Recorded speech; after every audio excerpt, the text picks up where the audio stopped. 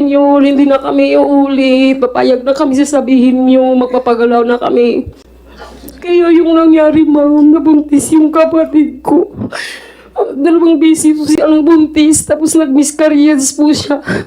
So, hindi daw sila pwedeng humindi dahil Diyos naman daw kasi ang nagsasabi. Wala kasi silang pag-aaral, Your Honor, at 12 na yung edad niya, hindi pa siya marunong. Ang kagabihan po is gusto ko pong maggalawin yung babae. Yun po talaga yung utos ni Senyor na gahasain ko daw yung babae. Bakit gustong-gusto mong mag-sex yung mag-asawa? Bata, 12 years old, pipilitin mo makipag-sex sa lalaki na hindi niya kagustuhan. Kinasal mo na, pagkatapos sisiguruhin mo pa na sila mag-sex. Hindi ko po magagawa. Ha? Sigurado ka? Opo. Kamusta kayo mga kapwa ko Pilipino? Grabe ang isyo na ito, biruin mo may kalto sa Surigao at ang masama pa dito, pinilit ang mga menor de edad na makipagtalik. Ito ang Viral Net Pinoy para maghatid ng mga trending na isyu sa Pilipinas. Mga senador, iniimbestigahan ang alegasyon na kalto na nang-aabuso sa mga kabataan sa Surigao del Norte. Nagsagawa ang Senate Committee on Women, Children, Family Relations, at Gender Equality ng isang investigasyon hinggil sa alegasyon na kultong nang-aabuso sa mahigit 1,000 menor de edad sa Socorro, Surigao del Norte. Pinangunahan ni Senador Risa Hontiveros ang pag-iimbestiga at inilabas ang mga karumal-dumal na gawaing isinagawa ng grupo na tinatawag na Socorro Bayanihan Services Inc. (SBSI), sa isang pribilehiyadong pagsasalita noong 18 ng Setyembre taong 2023. Ayon kay Hontiveros, pinamumunuan ang SBSI ni J. Renz, isang 21 taong gulang na lalaki na nagmam-claims na siya ang reinkarnasyon ng santo Niño at ang bagong Mesiyas. Kilala rin siya bilang Senior Aguila o Senior Eagle ng kanyang mga tagasunod.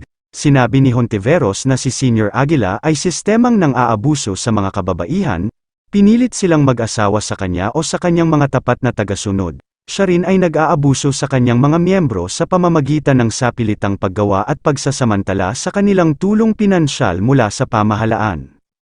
Sinabi ni Hontiveros na nagsimula ang SBSI bilang isang samahang civ-eco na tumutulong sa lokal na komunidad, ngunit naging isang kalto ng pamunuan ito ni Senior Aguila noong 2017.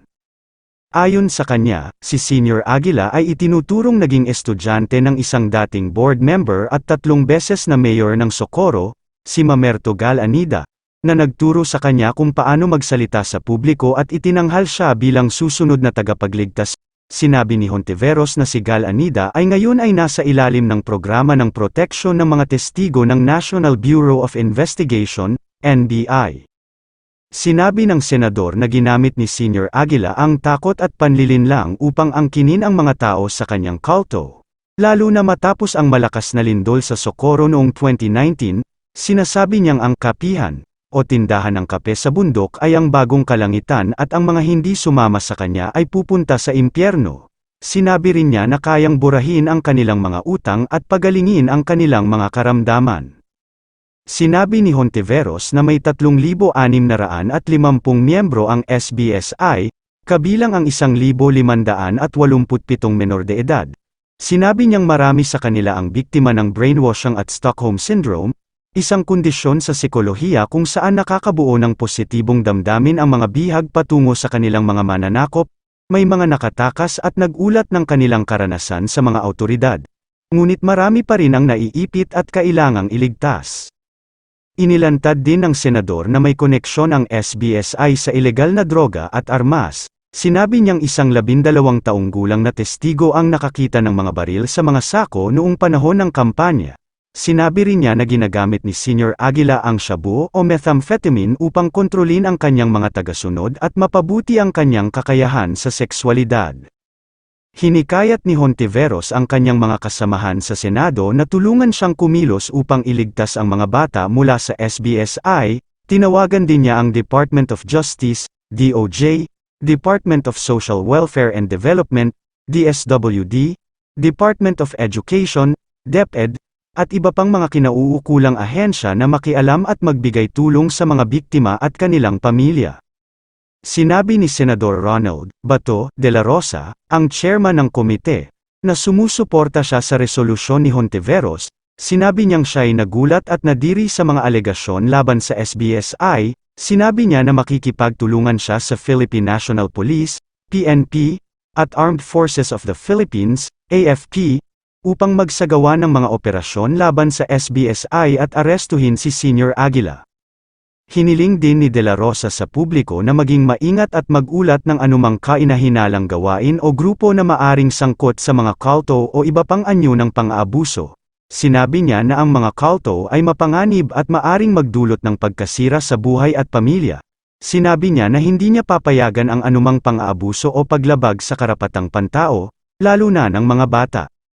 Gayunpaman, itinanggi ng SBSI ang mga alegasyon ni Hontiveros at De La Rosa. Sa isang pahayag na nailathala sa kanilang Facebook page, sinabi ng SBSI na hindi sila isang kulto kundi isang relihiyosong organisasyon na sumusunod sa mga turo ni Jesus Kristo. Sinabi nila na wala silang kaugnayan sa anumang ilegal na gawain o karahasan. Sinabi rin nila na nirerespeto nila ang mga karapatan at dignidad ng kanilang mga miyembro at hindi nila pinipilit ang sinuman na sumama o manatili sa kanila. Humiling din ang SBSI ng mga dasal at suporta mula sa kanilang mga tagasunod at sempatisante. Sinabi nila na magpapatuloy sila sa kanilang misyon na maglingkod sa Diyos at sa tao sa kabila ng mga pagsubok at pagtitiis na kanilang pinagdadaanan. Kung bago ka pa lang sa channel ko, maaari ka bang mag-subscribe at like na rin ang video na ito. Salamat sa panunood.